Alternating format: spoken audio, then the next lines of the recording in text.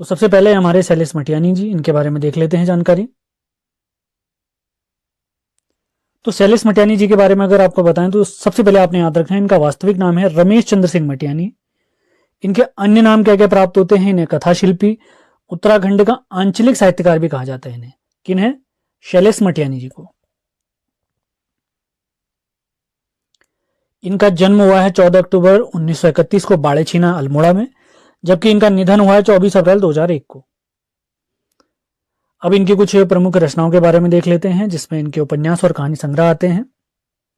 तो सबसे पहले इनके उपन्यास देखते हैं। जो है सबसे पहला इनका उपन्यास है बोरीवली से पोरबंदर तक, इसके बाद मुठभेड़, इसके बाद सावित्री, इसके बाद एक मुठ सरसों, और इसके बाद है कबूतर खाना।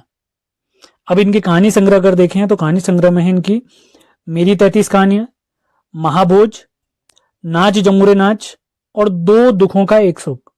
महाभोज रचना के लिए इन्हें प्रेमचंद पुरस्कार से सम्मानित भी किया गया है। जैसे सीरीज हमारे आगे बढ़ते रहेगी, प्रमुख कवियों की जो रचना है उनको कैसे याद करा जाए उसका ट्रिक वीडियो में मैं लेके आऊंगा, आपको बहुत फायदा होगा उनका।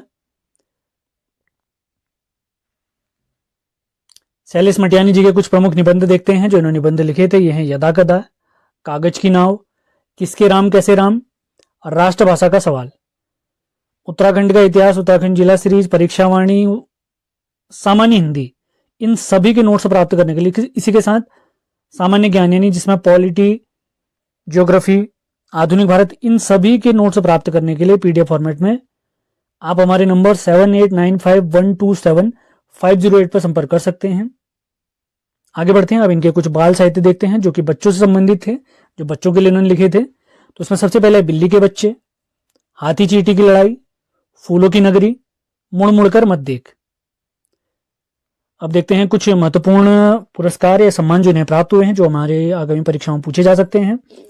तो सबसे पहले आता है 1983 में इन्हें फणीश्वर नाथ रेणु सम्मान से सम्मानित किया गया है। किस उपन्यास के लिए? उपन्यास मुठभेड़ के लिए। 1994 में कुमाऊं यूनिवर्सिटी द्वारा इन्हें डॉक्टर ऑफ लिटरेचर या डीलिट की उपाधि दी गई है। कुमाऊं यूनिवर्सिटी वही वाली है जो हमारी 1973 में स्थापित हुई है, जिसका मुख्यालय नैनीताल में स्थित है। सन 2000 में इन्हें राहुल संकीर्तन पुरस्कार से सम्मानित किया गया है। जबकि 2009 में हमारी उत्तराखंड सरकार ने इनके नाम पर शैलेश मटियानी शिक्षक पुरस्कार की शुरुआत की है। उम्मीद है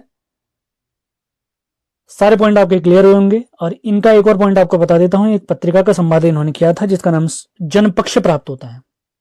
इसके अलावा कुछ अदर फैक्ट भी होंगे, आपको बता दिए जाएंगे, उसकी चिंता बिल्कुल न करें। आगे बढ़ते हैं।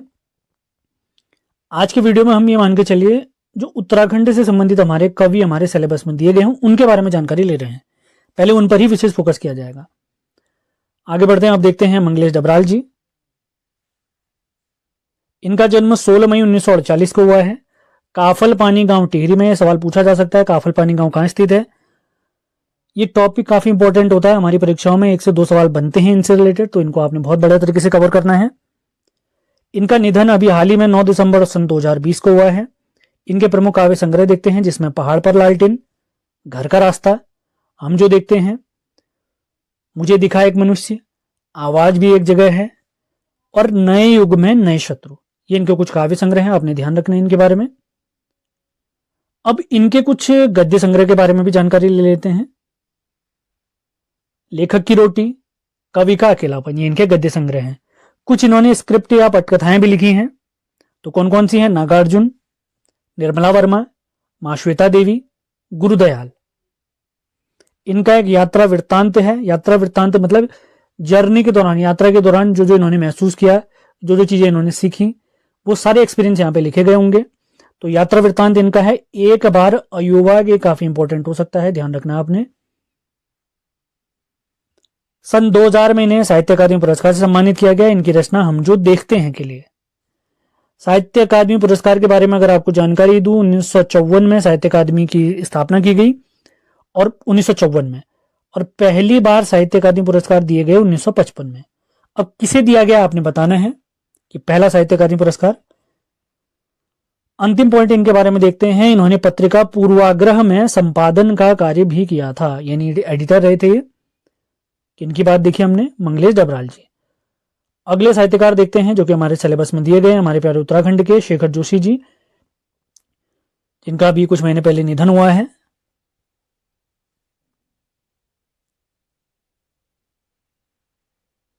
तो इनका जन्म देखते हैं सितंबर 1932 में। इन्होंने आर्मी में अप्रेंटिस के रूप में काम भी किया था, ये भी आपने याद रखना है। अब इनके प्रमुख उपन्यास देखते हैं जो काफी महत्वपूर्ण हो सकते हैं। मेरा पहाड़, अथ मूसक उवाच, चींटे के पर, साथ के लोग, हलवाला। इनके कुछ प्रमुख कहानी संग्रह हैं जिसमें दाजू काफी इंपॉर्टेंट है, मोस्ट इंपॉर्टेंट मान के चले। नौरंगी बीमार है, प्रथम साक्षात्कार, बिरादरी और गाइड। ये सारे पॉइंट क्लियर करते हुए चले आप लोग। पीडीएफ के लिए आप हमारे नंबर पर संपर्क कर सकते हैं, कुछ पेड करना होगा आपने। इन वीडियो हमेशा फ्री रहेंगे, उसकी चिंता बिल्कुल न करें। अब इनके कुछ प्रमुख सम्मान देखते हैं जो इनको प्राप्त हुए हैं। 1987 में इन्हें महावीर प्रसाद द्विवेदी पुरस्कार से सम्मानित किया उत्तर प्रदेश सरकार द्वारा। 1995 में इन्हें साहित्य भूषण पुरस्कार से सम्मानित किया गया है। 1997 में इन्हें पहल सम्मान से सम्मानित किया गया है, जबकि 2003-2004 में इन्हें मैथिली शरण गुप्त सम्मान से सम्मानित किया गया है।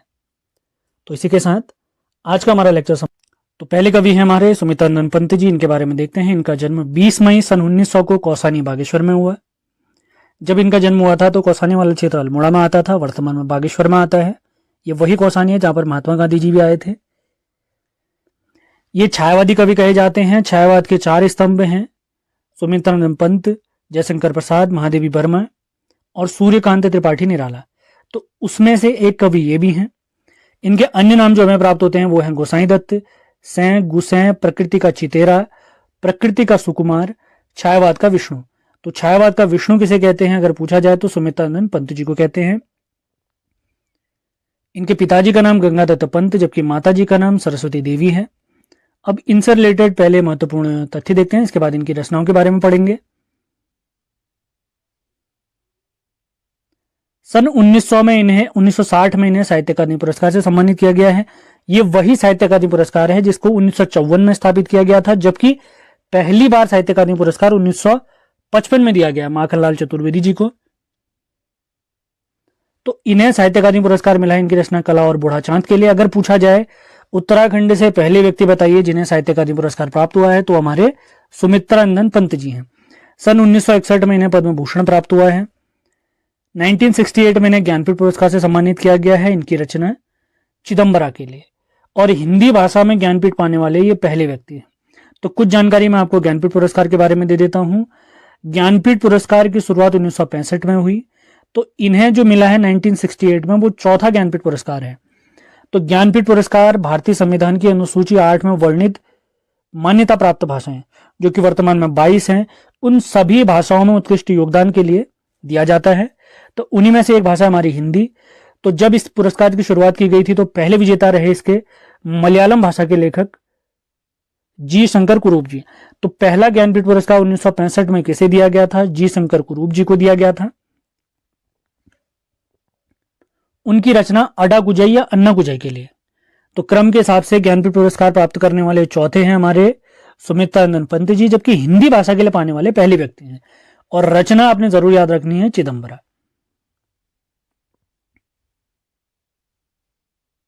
आगे बढ़ते हैं। 1936 में स्थापित ऑल इंडिया रेडियो का नाम 1957 में इन्हीं के सुझाव पर बदलकर आकाशवाणी रखा गया है। 1938 में पंत जी ने रूपाभ नामक पत्रिका के संपादक भी रहे हैं। यह एक मासिक पत्रिका थी। अब इनकी कुछ प्रमुख रचनाओं की तरफ जाते हैं। ये मान के चलिए सारी रचनाएं मोस्ट इंपॉर्टेंट है, एक इंपॉर्टेंट नहीं है, सारी इंपॉर्टेंट है, तो सारे आपने याद रखनी है। तो सबसे पहले इनके काव्य रचनाएं देखते हैं, जिसमें ग्रंथि, गुंजन, ग्राम्य, पल्लव, स्वर्ण किरण, स्वर्णधूलि, ज्योत्सना, युगांत, युगवाणी। जो इनकी रचनाएं आपको दिख रही हैं, युगांत, युगवाणी और ग्राम्य, ये इनकी प्रगतिवादी रचनाएं कही जाती हैं। तो इनके बारे में आपने याद रखना है।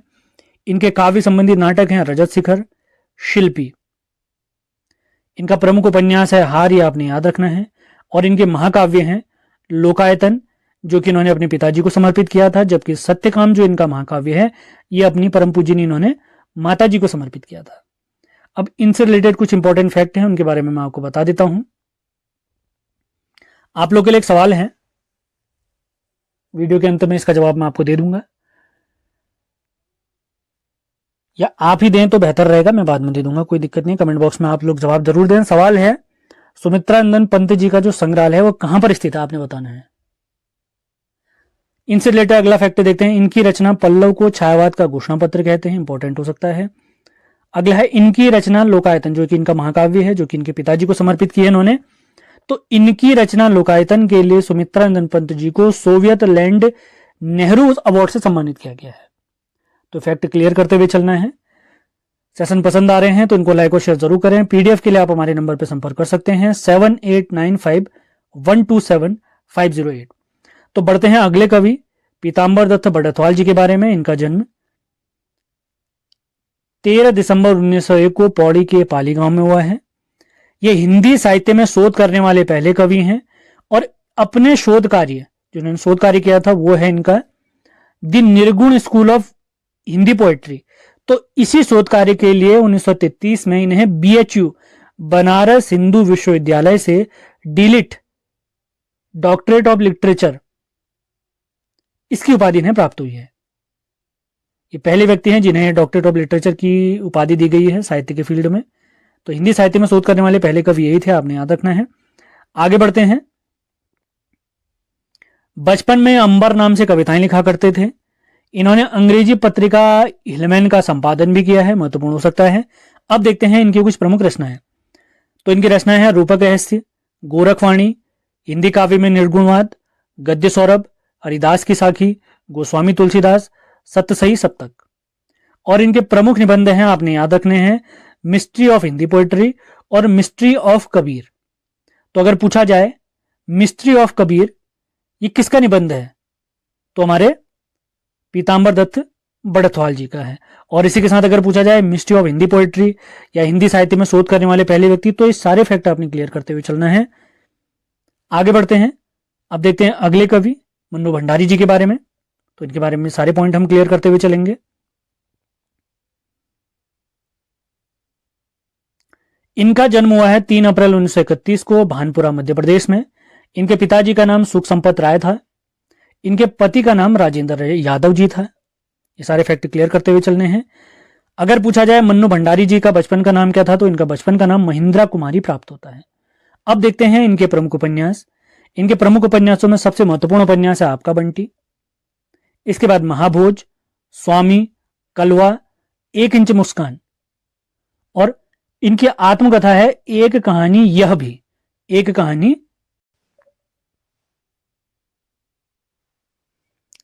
आपका बंटी के बारे में कुछ जानकारी आपको दे देते हैं, इसके बारे में पूछा भी गया है। तो आपका बंटी में याद रखेंगे तलाक की त्रासदी, यानी जब घर परिवार में तलाक होते हैं तो बच्चों पर कैसा असर पड़ता है, उसके बारे में इस पुस्तक में जानकारी मिलेगी आपको। 1 इंच मुस्कान जो इनकी रचना है, जो इनका उपन्यास है, ये इन्होंने अपने पति राजेंद्र यादव जी की मदद से लिखी है। और महाभोज ये रचना जो इनकी है, इसमें आम आदमी की त्रासदी दिखाई गई है, यानी आम आदमी हमारे समाज में कैसे कैसी समस्याओं से जूझता है उसके बारे में जानकारी मिलती है। तो ये चीजें क्लियर करते हुए चलना है आपने। कठिन पेपर आएंगे तो पूछा जा सकता है, पूछा भी गया है पहली परीक्षाओं में। अब देखते हैं इनकी प्रमुख कहानियां, जिसमें है 1 प्लेट सैलाब, मैं हार गई, श्रेष्ठ कहानियां, यही सच है, आंखों देखा झूठ, नायक खलनायक, त्रिशंकु, 3 निगाहों की एक तस्वीर। ये सभी इनकी क्या हैं, कहानियां हैं। एक इंपॉर्टेंट फैक्ट आप क्लियर करते हुए चलेंगे, ये जो इनकी कहानियां आपको दिख रही है यही सच है, इस कहानी पर एक मूवी बनी है बॉलीवुड में जिसे कहते हैं रजनीगंधा, जिस मूवी का नाम था रजनीगंधा। अगला फैक्ट देखते हैं, इन्होंने कुछ पटकथाएं यानी स्क्रिप्ट राइटिंग भी की है, रजनी की, निर्मला, स्वामी और दर्पण की। किसने, मन्नू भंडारी जी ने। अगला महत्वपूर्ण अगर मैं फैक्ट आपको बताऊं, जो आपको इनकी रचना दिख रही है एक कहानी यह भी, ये कहानी आपको दिख रही है जो इनकी आत्मकथा है। इस आत्मकथा के लिए इनको सन 2008 में प्रसिद्ध व्यास सम्मान से सम्मानित किया गया है। तो चीजें क्लियर करते हुए चलने हैं आपने, यहां पर मैंने लिखा नहीं है, आपने इसको नोट डाउन करते हुए चलना है। और इनकी जो यही सच है कहानी पर रजनीगंधा मूवी बनी थी, इसे बेस्ट फिल्म का अवार्ड भी प्राप्त हुआ है। अब इसे बेस्ट फिल्म का अवार्ड कब प्राप्त हुआ आपने बताना है। और एक सवाल मैंने अभी आपसे पूछा था, सुमित्रा नंदन पंत जी का संग्रहालय ये कहां पर स्थित है, पंतविथि का, तो रामगढ़ में स्थित है, ये आपने याद रखना है। रामगढ़ में स्थित है या नहीं है ये भी सर्च करें आप लोग, ये आप लोग के लिए सवाल है, मैंने तो बता दिया है। उम्मीद है सेशन पसंद आ रहे। हम देखने वाले हैं राहुल संकीर्तन जी के बारे में। इनका जन्म 9 अप्रैल 1893 को पंदहा गांव आजमगढ़ में हुआ है, यानी यूपी में है ये जगह। इनका निधन हुआ है 14 अप्रैल 1963 को। इनकी उपाधियां या इनके अन्य नाम जो प्राप्त होते हैं हमें महापंडित, त्रिपिटकाचार्य, हिंदी यात्रा साहित्य का पितामह भी कहते हैं इन्हें। और इनका अगर वास्तविक नाम पूछा जाए तो इनका वास्तविक नाम है केदारनाथ पांडे जी। इनकी आत्मकथा का नाम है मेरी जीवन यात्रा। इनकी जीवनी के लेखक जो इनके जीवन पर आधारित है प्रभाकर मावचे जी हैं। इनके जीवन पर आधारित एक पुस्तक है राहुल का संघर्ष। इसके लेखक हैं श्रीनिवास शर्मा जी। श्रीनिवास शर्मा जी।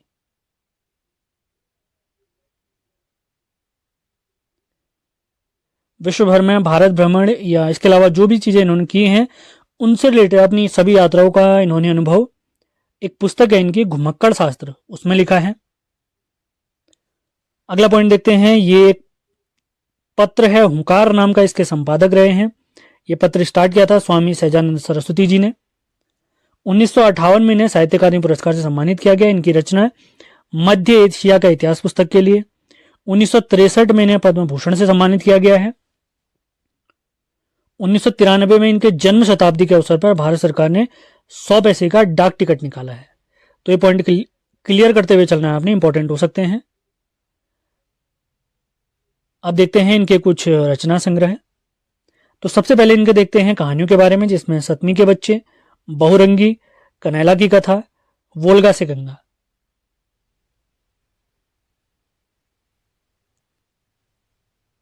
इसके बाद इनके उपन्यास अगर हम देखें, इनके प्रमुख उपन्यास हैं 22वीं सदी, जीने के लिए, दिवोदास, विस्मित यात्री, सिंह सेनापति और जय अवधेश। अब इनके द्वारा लिखी गई कुछ जीवनियों के बारे में देखते हैं, सारी महत्वपूर्ण हो सकती हैं। सरदार पृथ्वी सिंह, माओ Tse tung, Stalin, Lenin, Karl Marx, ये सभी रचनाओं को याद करने के लिए मैं एक ट्रिक वाली वीडियो जरूर लेकर आऊंगा, चिंता बिल्कुल न करें। आप नोट्स बनाए, वीडियो ध्यान से सुने। अगली इन्होंने जो जीवनी लिखी है वो वीर चंद सिंह गढ़वाली जी की है, ये काफी इंपॉर्टेंट हो सकती है। महामानव बुद्ध, ये भी इंपॉर्टेंट होगी। जिनमें मैंने टिक के निशान लगा रखे हैं उनको इंपॉर्टेंट मान के चले आप लोग। नए भारत के नेता, बचपन की स्मृतियां, अतीत से वर्तमान और कप्तान लाल, ये सारी इनकी क्या हैं, ये इन्होंने जो जीवनियां लिखी हैं। अब देखते हैं इनका यात्रा साहित्य। तो यात्रा साहित्य में सबसे पहले इनका आता है लंका, उसके बाद जापान, उसके बाद ईरान, इसके बाद है किन्नर देश की ओर, उसके बाद है चीन में क्या देखा, इसके बाद है मेरी लद्दाख यात्रा, उसके बाद मेरी तिब्बत यात्रा। एक सिक्किम यात्रा से रिलेटेड भी इनकी एक पुस्तक है, वो भी आपने याद रखनी है, सिक्किम का परिचय करके। इसके बाद इनकी आगे की रचनाएं आती हैं, उनके बारे में भी देखते हैं। मेरी लद्दाख यात्रा, मेरी तिब्बत यात्रा, तिब्बत में 1.25 वर्ष, रूस में 25 माह, विश्व की रूपरेखा और हिमालय परिचय, जो कि 2 भागों में थी। पहला भाग गढ़वाल के बारे में है, जबकि दूसरा भाग कुमाऊं के बारे में है।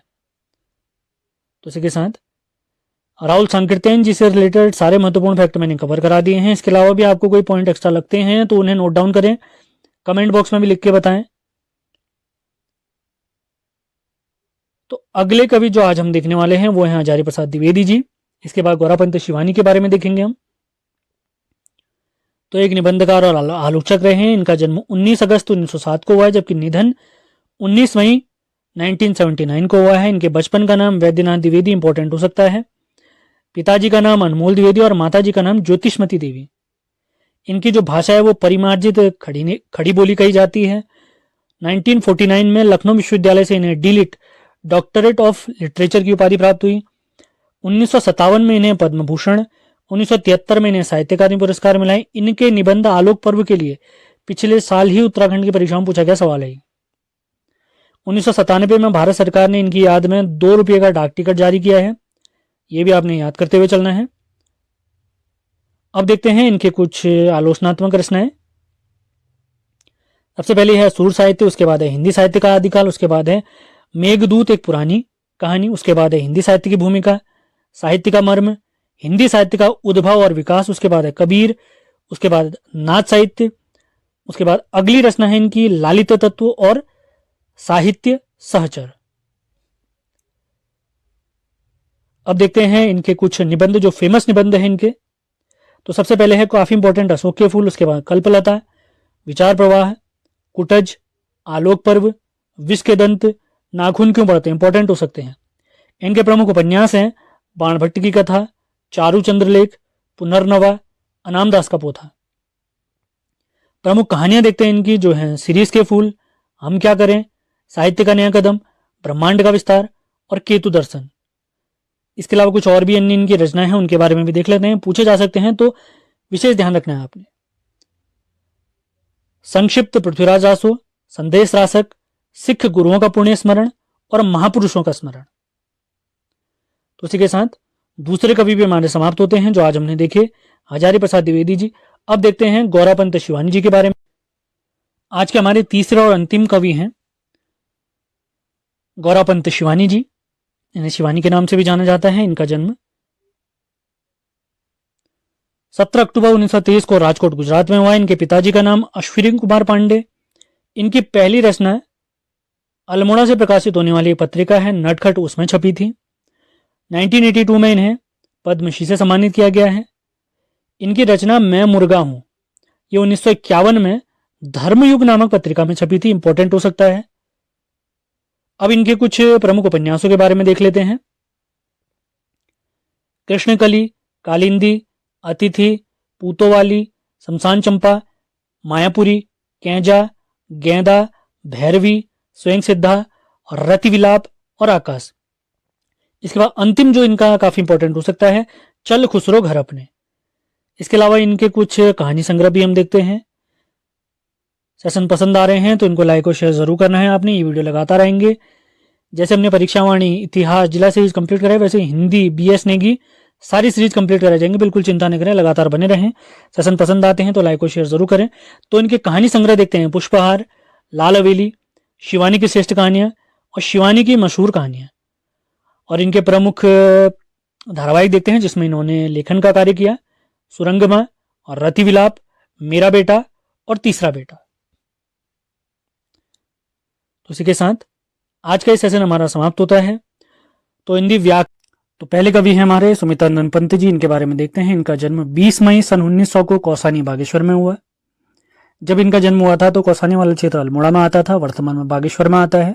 ये वही कौसानी है जहां पर महात्मा गांधी जी भी आए थे। ये छायावादी कवि कहे जाते हैं। छायावाद के 4 स्तंभ हैं, सुमित्रानंद पंत, जयशंकर प्रसाद, महादेवी वर्मा और सूर्यकांत त्रिपाठी निराला। तो उसमें से एक कवि ये भी हैं।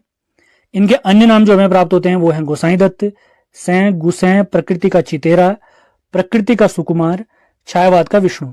तो छायावाद का विष्णु किसे कहते हैं अगर पूछा जाए तो सुमित्रानंद पंत जी को कहते हैं। इनके पिताजी का नाम गंगादत्त पंत जबकि माताजी का नाम सरस्वती देवी है। अब इनसे रिलेटेड पहले महत्वपूर्ण तथ्य देखते हैं, इसके बाद इनकी रचनाओं के बारे में पढ़ेंगे। सन 1960 में इन्हें साहित्य अकादमी पुरस्कार से सम्मानित किया गया है। ये वही साहित्य अकादमी पुरस्कार है जिसको 1954 में स्थापित किया गया था, जबकि पहली बार साहित्य अकादमी पुरस्कार 1955 में दिया गया माखनलाल चतुर्वेदी जी को। तो इन्हें साहित्य अकादमी पुरस्कार मिला है इनकी रचना कला और बूढ़ा चांद के लिए। अगर पूछा जाए उत्तराखंड से पहले व्यक्ति बताइए जिन्हें साहित्य अकादमी पुरस्कार प्राप्त हुआ है, तो हमारे सुमित्रानंद पंत जी हैं। सन 1961 में इन्हें पद्म भूषण प्राप्त हुआ है। 1968 में इन्हें ज्ञानपीठ पुरस्कार से सम्मानित किया गया है इनकी रचना चिदंबरा के लिए। और हिंदी भाषा में ज्ञानपीठ पाने वाले ये पहले व्यक्ति हैं। तो कुछ जानकारी मैं आपको ज्ञानपीठ पुरस्कार के बारे में दे देता हूं। ज्ञानपीठ पुरस्कार की शुरुआत 1965 में हुई, तो इन्हें जो मिला है 1968 में वो चौथा ज्ञानपीठ पुरस्कार है। तो ज्ञानपीठ पुरस्कार भारतीय संविधान की अनुसूची 8 में वर्णित मान्यता प्राप्त भाषाएं जो कि वर्तमान में 22 हैं, उन सभी भाषाओं में उत्कृष्ट योगदान के लिए दिया जाता है। तो उन्हीं में से एक भाषा हमारी हिंदी। तो जब इस पुरस्कार की शुरुआत की गई थी तो पहले विजेता रहे इसके मलयालम भाषा के लेखक जी शंकर कुरूप जी। तो पहला ज्ञानपीठ पुरस्कार 1965 में किसे दिया गया था? जी शंकर कुरूप जी को दिया गया था। उनकी रचना अडा गुजई या अन्ना गुजई के लिए। तो क्रम के हिसाब से ज्ञानपीठ पुरस्कार प्राप्त करने वाले चौथे हैं हमारे सुमित्रानंद पंत जी, जबकि हिंदी भाषा के लिए पाने वाले पहले व्यक्ति हैं। और रचना आपने जरूर याद रखनी है चिदंबरा।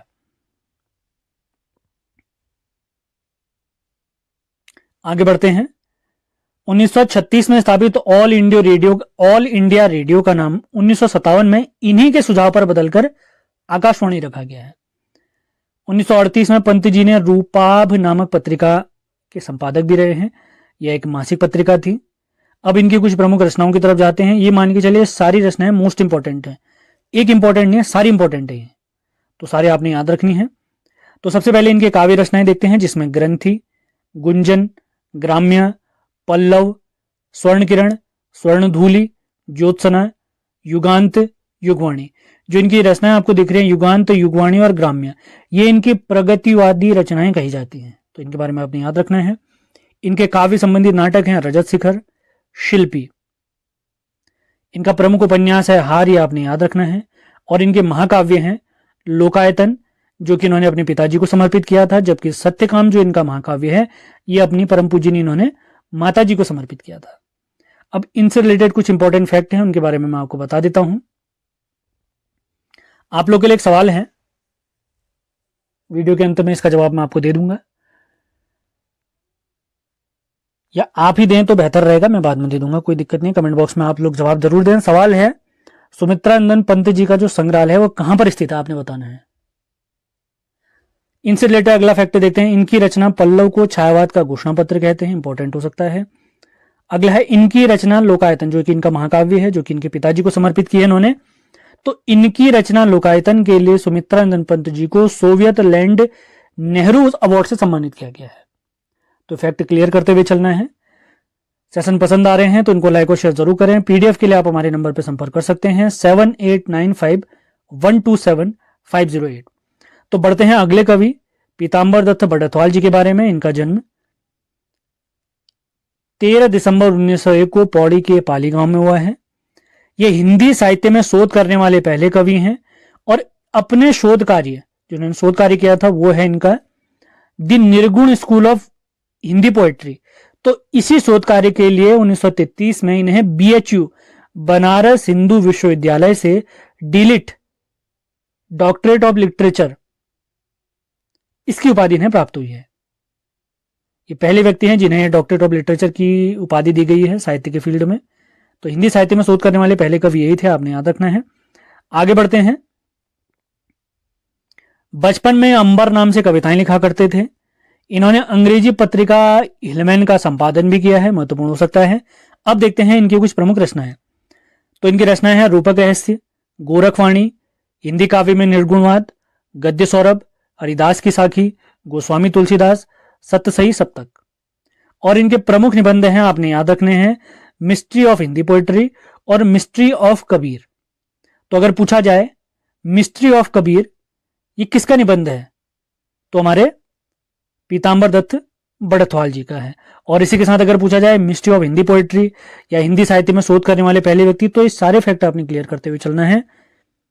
आगे बढ़ते हैं। अब देखते हैं अगले कवि मन्नू भंडारी जी के बारे में। तो इनके बारे में सारे पॉइंट हम क्लियर करते हुए चलेंगे।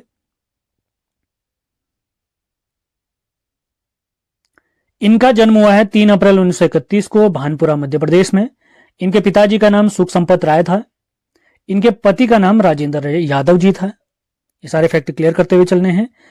अगर पूछा जाए मन्नू भंडारी जी का बचपन का नाम क्या था, तो इनका बचपन का नाम महिंद्रा कुमारी प्राप्त होता है। अब देखते हैं इनके प्रमुख उपन्यास। इनके प्रमुख उपन्यासों में सबसे महत्वपूर्ण उपन्यास है आपका बंटी, इसके बाद महाभोज, स्वामी, कलवा, 1 इंच मुस्कान, और इनकी आत्मकथा है एक कहानी यह भी, एक कहानी।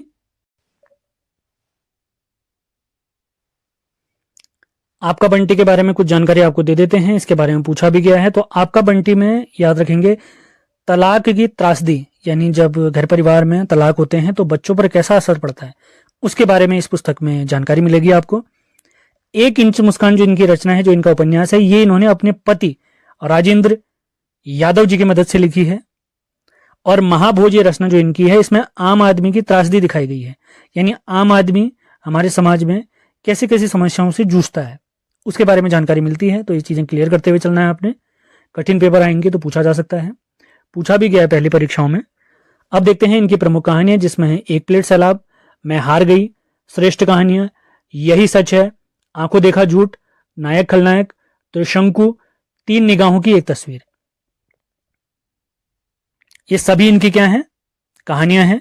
एक इंपॉर्टेंट फैक्ट आप क्लियर करते हुए चलेंगे, ये जो इनकी कहानियां आपको दिख रही है यही सच है, इस कहानी पर एक मूवी बनी है बॉलीवुड में जिसे कहते हैं रजनीगंधा, जिस मूवी का नाम था रजनीगंधा। अगला फैक्ट देखते हैं, इन्होंने कुछ पटकथाएं यानी स्क्रिप्ट राइटिंग भी की है, रजनी की, निर्मला, स्वामी और दर्पण की। किसने? मन्नू भंडारी जी ने। अगला महत्वपूर्ण अगर मैं फैक्ट आपको बताऊं, जो आपको इनकी रचना दिख रही है, एक कहानी यह भी, ये कहानी आपको दिख रही है जो इनकी आत्मकथा है। इस आत्मकथा के लिए इनको सन 2008 में प्रसिद्ध व्यास सम्मान से सम्मानित किया गया है। तो चीजें क्लियर करते हुए चलने हैं आपने, यहां पर मैंने लिखा नहीं है, आपने इसको नोट डाउन करते हुए चलना है। और इनकी जो यही सच है कहानी पर रजनीगंधा मूवी बनी थी, इसे बेस्ट फिल्म का अवार्ड भी प्राप्त हुआ है। अब इसे बेस्ट फिल्म का अवार्ड कब प्राप्त हुआ आपने बताना है। और एक सवाल मैंने अभी आपसे पूछा था, सुमित्रा नंदन पंत जी का संग्रहालय ये कहां पर स्थित है पंत विथि का? तो रामगढ़ में स्थित है, ये आपने याद रखना है। रामगढ़ में स्थित है या नहीं है ये भी सर्च करें आप लोग, ये आप लोग के लिए सवाल है, मैंने तो बता दिया है। उम्मीद है सेशन पसंद आ रही। तो सबसे पहला पॉइंट है, इनका जन्म 26 मार्च 1907 को फर्रुखाबाद यूपी में हुआ है, जबकि इनका निधन आपने याद रखना है, इनका निधन हुआ है 11 सितंबर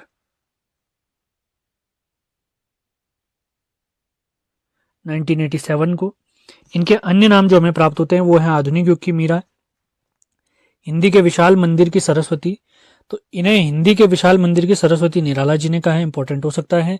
इनके पिताजी का नाम गोविंद प्रसाद वर्मा, माता जी का नाम हिमरानी देवी, जबकि इनके पति का नाम स्वरूप नारायण वर्मा है, ये काफी इंपॉर्टेंट है। माता पिता तो कोई दिक्कत नहीं, आप याद करें न करें, लेकिन पति जरूर याद रखना है आपने। अब इनसे रिलेटेड कुछ महत्वपूर्ण पुरस्कार हैं, वो सारे इंपॉर्टेंट होने वाले हैं, सारे फैक्ट भी इंपॉर्टेंट होंगे, तो ध्यानपूर्वक आपने इनको सुनना है, अपने नोट्स बनाने हैं। तो सबसे पहले अगर देखें तो इन्हें पद्म भूषण प्राप्त हुआ है 1956 में, काफी इंपॉर्टेंट। 1979 में इन्हें साहित्य अकादमी फेलोशिप प्राप्त हुई है। साहित्य अकादमी फेलोशिप और साहित्य अकादमी की फेलोशिप प्राप्त करने वाली ये पहली महिला है, ये भी आप लोगों ने ध्यान रखना है, काफी इंपॉर्टेंट फैक्ट है। 1982 में इन्हें ज्ञानपीठ पुरस्कार से सम्मानित किया गया, इनकी रचना यामा के लिए। इंपॉर्टेंट फैक्ट मैं आपको क्लियर कर देता हूं, हिंदी के लिए ज्ञानपीठ पाने वाली ये पहली महिला है। पहले मेल अगर या पहले व्यक्ति अगर पूछे जाएंगे वो तो हमारे सुमित्रा नंदन पंत जी, जो हिंदी के लिए पहले व्यक्ति हैं। हिंदी के लिए पहली महिला अगर पूछी जाएंगी तो महादेवी वर्मा जी हैं। 1988 में इन्हें पद्म विभूषण से सम्मानित किया गया, जो कि हमारे प्यारे भारत का दूसरा सबसे बड़ा नागरिक पुरस्कार है। 1977 में इन्हें कुमाऊं यूनिवर्सिटी से डीलिट की उपाधि प्राप्त हुई है, डॉक्टरेट ऑफ लिटरेचर। 1984 में इन्हें BHU यानी बनारस हिंदू यूनिवर्सिटी से डीलिट की उपाधि प्राप्त हुई है, ये भी आपने ध्यान रखना है। अब इनसे रिलेटेड कुछ महत्वपूर्ण फैक्ट हैं। भारत में महिलाओं के लिए कवि सम्मेलन प्रारंभ करने का श्रेय इन्हीं को जाता है। किनको? महादेवी वर्मा जी को जाता है। मोस्ट इंपॉर्टेंट फैक्ट, 15 अप्रैल 1933 को सुभद्रा कुमारी चौहान जी की अध्यक्षता में प्रयाग महिला विद्यापीठ में पहले अखिल भारतीय कवि सम्मेलन का आयोजन किया गया। मोस्ट इंपॉर्टेंट, इन्होंने महिलाओं की पत्रिका चांद का संपादन भी किया है। अगला इंपॉर्टेंट फैक्ट, 1968 में निर्देशक मृणाल सिंह जी ने इनकी कहानी वह चीनी भाई पर एक बांग्ला फिल्म बनाई है, जिसका नाम था नीले आकाशेर नीचे। नीले आकाशेर नीचे। 1936 में रामगढ़ में बने इनके जो भवन है, जो इनका घर था, इसे इन्होंने मीरा मंदिर नाम दिया था। तो वर्तमान में ये महादेवी वर्मा संग्रहालय है, ये रामगढ़ कहाँ? हमारे नैनीताल में स्थित है। चीन आक्रमण के विरोध में इन्होंने हिमालय नामक काव्य संग्रह का संपादन किया था, इंपॉर्टेंट हो सकता है। अब इनकी कुछ रचनाओं की तरफ बढ़ते हैं, काफी इंपॉर्टेंट रचनाएं हैं इनकी, पूछी जा सकती हैं। तो सबसे पहले इनके देखते हैं काव्य रचनाएं, काव्य संग्रह।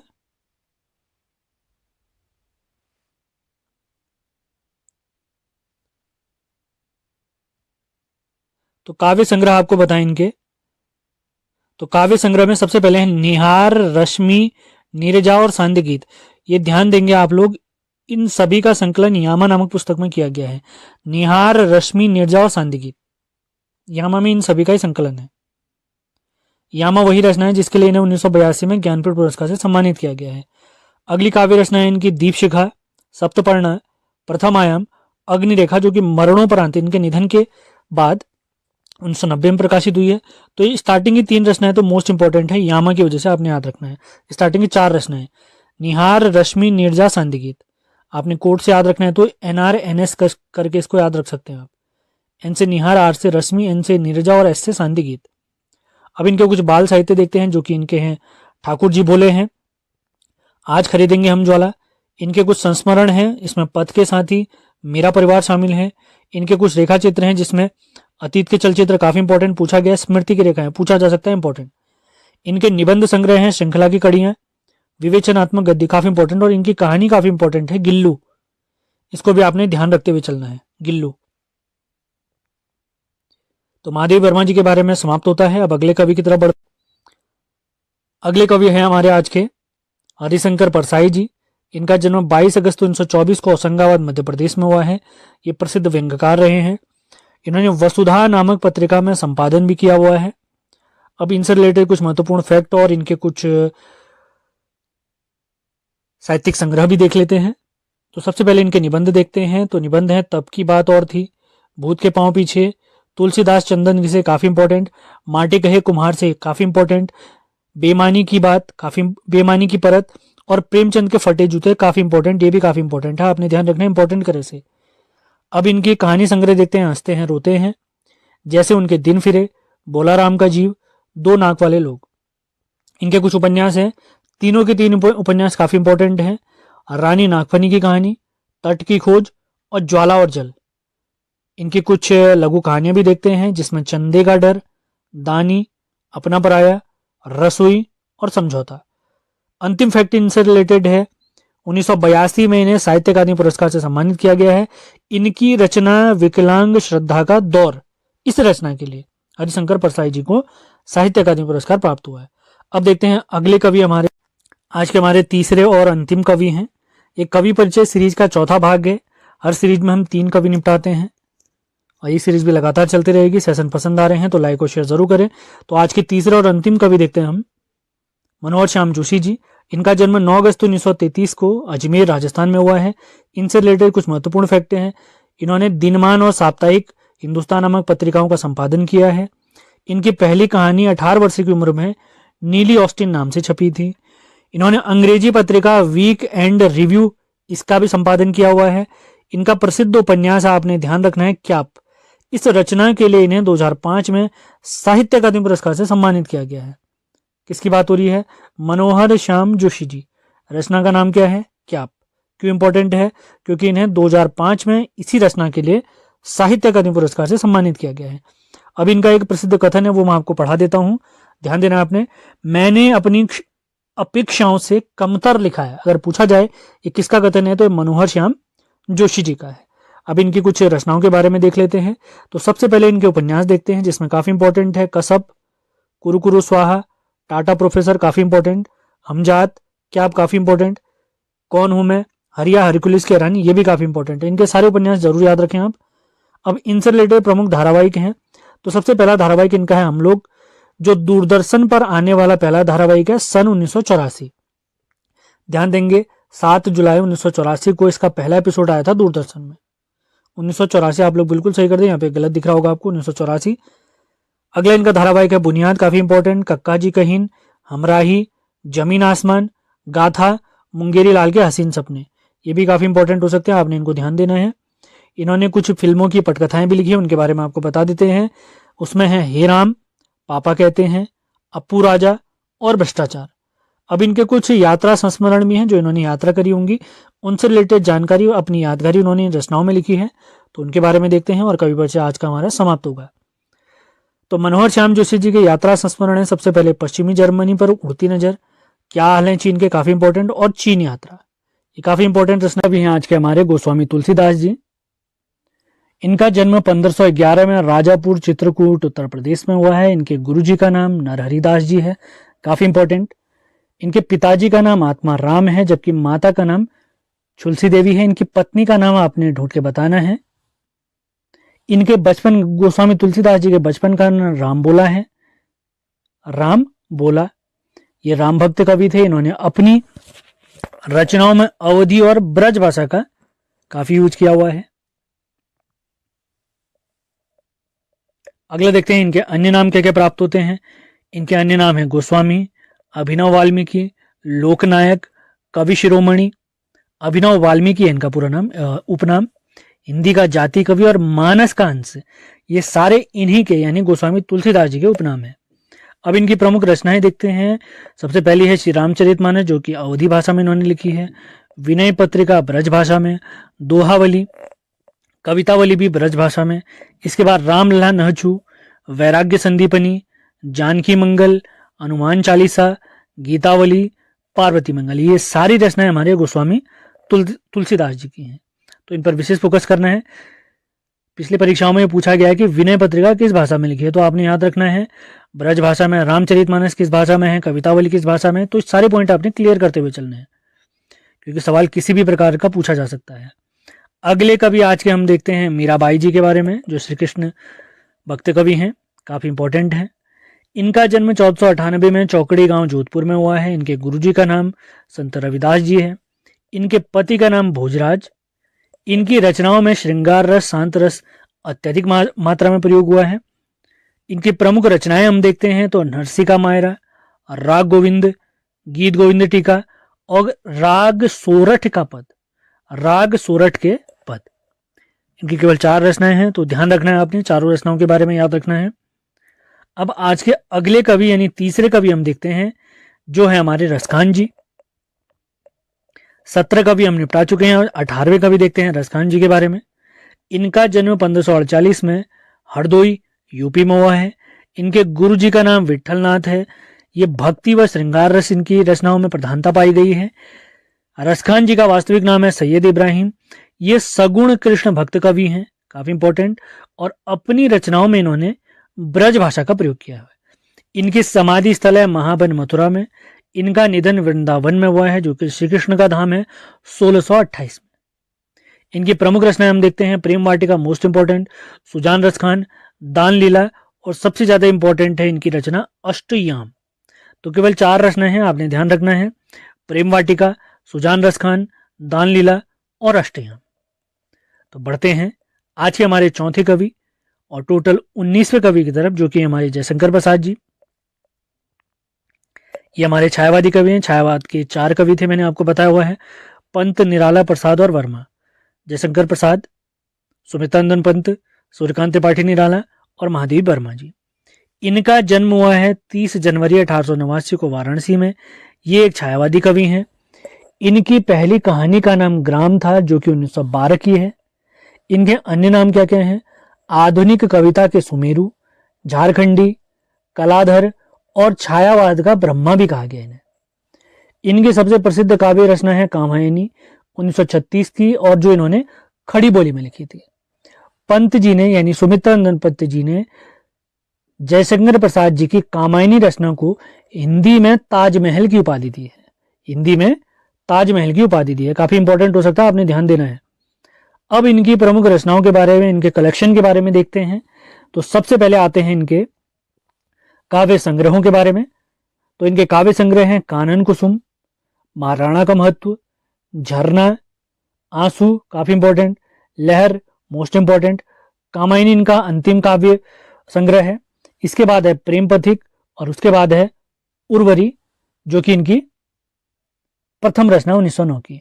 अब इनकी कहानियां देखते हैं, जो इन्होंने कहानियां लिखी हैं, फेमस कहानियां। सबसे पहली रचना है छाया, इसके बाद है प्रतिध्वनि, उसके बाद है आकाशदीप, इसके बाद आंधी और अंतिम है, उसके बाद है इंद्रजाल। इनके प्रमुख उपन्यास हैं और तीनों उपन्यास आपने मोस्ट इंपॉर्टेंट करके याद रखने हैं। सबसे पहला उपन्यास है कंकाल, उसके बाद तितली और इरावती। तीनों उपन्यास मोस्ट इंपॉर्टेंट है, मोस्ट इंपॉर्टेंट, ये ध्यान देंगे आप लोग। अब इनके प्रमुख नाटक देखते हैं, ये भी काफी महत्वपूर्ण है, इन पर भी विशेष फोकस रखना है आपने। सबसे पहला स्कंदगुप्त, उसके बाद चंद्रगुप्त, अगला नाटक है ध्रुव स्वामी इंपॉर्टेंट, उसके बाद है राज्यश्री, उसके बाद कामना और उसके बाद है एक घूंट। आज के हमारे सबसे पहले कवि हैं सूर्यकांत त्रिपाठी निराला जी। ये भी छायावादी कवि हैं, जिनकी बोली खड़ी बोली है। इनका जन्म 21 फरवरी 1896 को मेदिनीपुर वेस्ट बंगाल यानी पश्चिम बंगाल में हुआ है। इनके बचपन का नाम सूर्य कुमार। इन्होंने कुछ पत्रिकाओं का संपादन किया, वे हैं समन्वय और मतवाला। 1976 1976 में इन पर एक डाक टिकट जारी हुआ है। इनका निधन 15 अक्टूबर 1961 को हुआ, ये भी आपने ध्यान रखना है। सेशन पसंद आते हैं तो लाइक और शेयर जरूर करना है आपने। पीडीएफ के लिए आप हमारे नंबर पर संपर्क कर सकते हैं। इन्हें हिंदी साहित्य में निराला जी को हिंदी साहित्य में मुक्तक छंद का प्रवर्तक माना जाता है। इनके प्रसिद्ध कथन है, मनुष्यों की मुक्ति की तरह कविताओं की भी मुक्ति होती है। मनुष्यों की मुक्ति की तरह कविताओं की भी मुक्ति होती है। अब इनकी कुछ रचनाओं के बारे में देखते हैं। सबसे पहले इनके उपन्यास देख लेते हैं, जिसमें अप्सरा, अलका, प्रभावती, निरुपमा, कुल्ली भाट, चोटी की पकड़। और इनके 3 उपन्यास जो कि अपूर्ण रहे हैं वे हैं काले कारनामे, चमेली और इंदुलेखा। ये तीनों इनके अपूर्ण रह गए। अब इनके कुछ कहानी संग्रह के बारे में देखते हैं, जो इनके प्रसिद्ध कहानी संग्रह हैं, जिसमें लिली, सखी, देवी, सकुल की बीवी, चतुरी चमार। और इन्हें छायावाद का महेश भी कहा जाता है। छायावाद के 4 कवि हैं, इनके बारे में आपको बता चुका हूं। अब देखते हैं सूर्यकांत त्रिपाठी निराला जी के कुछ काव्य संग्रह, जिसमें सबसे पहले है 1923 की अनामिका, उसके बाद परिमल काफी इंपॉर्टेंट, गीतिका काफी इंपॉर्टेंट, तुलसीदास, कुकुरमुत्ता, और ये दोनों भी काफी इंपॉर्टेंट है। इसी के साथ इनके काव्य संग्रह हैं नए पत्ते, अड़िमा, बेला, अर्चना, आराधना। ये सारी रचनाएं आपने याद रखनी है। इसके अलावा इनकी कुछ और रचनाएं भी हैं, गीत कुंज, सांदी काकली और अपरा। ये सारी रचनाएं आपने याद रखनी है। बहुत सारी रचनाएं हैं, लगातार पढ़ते रहेंगे, आपने ध्यान आ जाएंगी। सारे इंपॉर्टेंट फैक्ट आपने ध्यान रखने हैं। तो बढ़ते हैं अगले कवि की तरफ। 20 कवि हमारे समाप्त होते हैं, अब 21वें कवि की तरफ बढ़ते हैं। अगले कवि हमारे गजानन माधव जी, जिन्हें मुक्तिबोध के नाम से भी जाना जाता है। इनका जन्म 13 नवंबर 1917 को श्योपुर ग्वालियर में हुआ, ग्वालियर यानी मध्य प्रदेश में हुआ। इनके बचपन का नाम बाबू साहब है। इनकी माता जी का नाम पार्वती बाई, पिताजी का नाम गोपाल राव, जबकि इनकी पत्नी का नाम शांताबाई है। ये कुछ पत्रों के सह संपादक भी रहे, उनके बारे में है, वे हैं वसुधा और नया खून। और इनका एक उपनाम है मुंशी, आपने याद रखना है, मुंशी के इनका उपनाम है। अब इनके कुछ काव्य संग्रह देखते हैं। इनकी वैसे सारी रचनाएं मोस्ट इंपॉर्टेंट है, तो फोकस करना है आपने। इनके काव्य संग्रह देखते हैं। सबसे पहले काफी इंपॉर्टेंट चांद का मुंह टेढ़ा है, उसके बाद चंबल की घाटी, उसके बाद क्रांति, इसके बाद अगली रचना है इनकी भूरी भूरी कागधूल। अगली 2 काव्य संग्रह हैं लाल सलाम और आदमी। याद रखना आपने, चांद का मुंह टेढ़ा है काफी इंपॉर्टेंट है। इनके निबंध संग्रह देखते हैं। तो इनके निबंध संग्रह एक साहित्य की डायरी, नई कविता का आत्मसंघर्ष, आखिर रचना क्यों। इनके कुछ कहानी संग्रह भी हैं, जिसमें काट का सपना, सतह से उठता पानी, नई जिंदगी, जलना और पक्षी और दीमक। एक उपन्यास है इनका, एकमात्र उपन्यास आपने याद रखना है, काफी इंपॉर्टेंट है, उसका नाम है विपात्र। ये किसकी रचनाएं देखी हमने, गजानन माधव मुक्तिबोध जी की, जिनका उपनाम है मुक्तिबोध जी। अगले रचनाकार देखते हैं, 22वें कवि देखते हैं। हमारे सिलेबस के अकॉर्डिंग 23 कवि हैं, जिसमें 22वें कवि हम देख रहे हैं राजेश जोशी जी के बारे में। इनका जन्म 18 जुलाई 1946 को नरसिंहगढ़ मध्य प्रदेश में हुआ है। 2002 में इन्हें साहित्य अकादमी पुरस्कार से सम्मानित किया गया है। इनकी रचना 2 पंक्तियों की बीच के लिए। भोपाल गैस त्रासदी पर इन्होंने एक शोक गीत लिखा है, जिसका नाम है भोपाल शोक गीत 1984। बाल कविता संग्रह है इनका गेंद निराली मिट्ठू, ये ध्यान रखना है आपने। अब इनके कुछ रचना संग्रह के बारे में हम देखते हैं। सबसे पहले आते हैं इनके काव्य संग्रह। तो काव्य संग्रह इनके एक दिन बोलेंगे पेड़, मिट्टी का चेहरा, नेपथ्य में हंसी, 2 पंक्तियों के बीच। कहानी संग्रह देखते हैं सोमवार व अन्य कहानियां, कपिल का पेड़। नाटक देखते हैं इनके जादू जंगल, अच्छे आदमी, टंकारा का गाना। इनकी एक आलोचनात्मक रचना है, जिसका नाम है एक कवि की नोटबुक। अगला तथ्य काफी इंपॉर्टेंट हो सकता है, इन्होंने रूस के कवि माइकोस्की की कविता का अनुवाद पतलून पहना बादल नाम से किया है। ये काफी इंपॉर्टेंट फैक्ट हो सकता है आगामी परीक्षाओं के लिए। अब देखते हैं हमारे सिलेबस के अंतिम कवि यानी 23वें कवि माखनलाल चतुर्वेदी जी के बारे में। तो आज हमारा साहित्य वाला पोर्शन कंप्लीट हो जाएगा। माखनलाल चतुर्वेदी जी के बारे में देखते हैं। इनका जन्म 4 अप्रैल 1889 को होशंगाबाद मध्य प्रदेश के बाबई गांव में हुआ। इनके पिताजी का नाम नंदलाल जी है, जबकि माता जी का नाम सुंदरी बाई।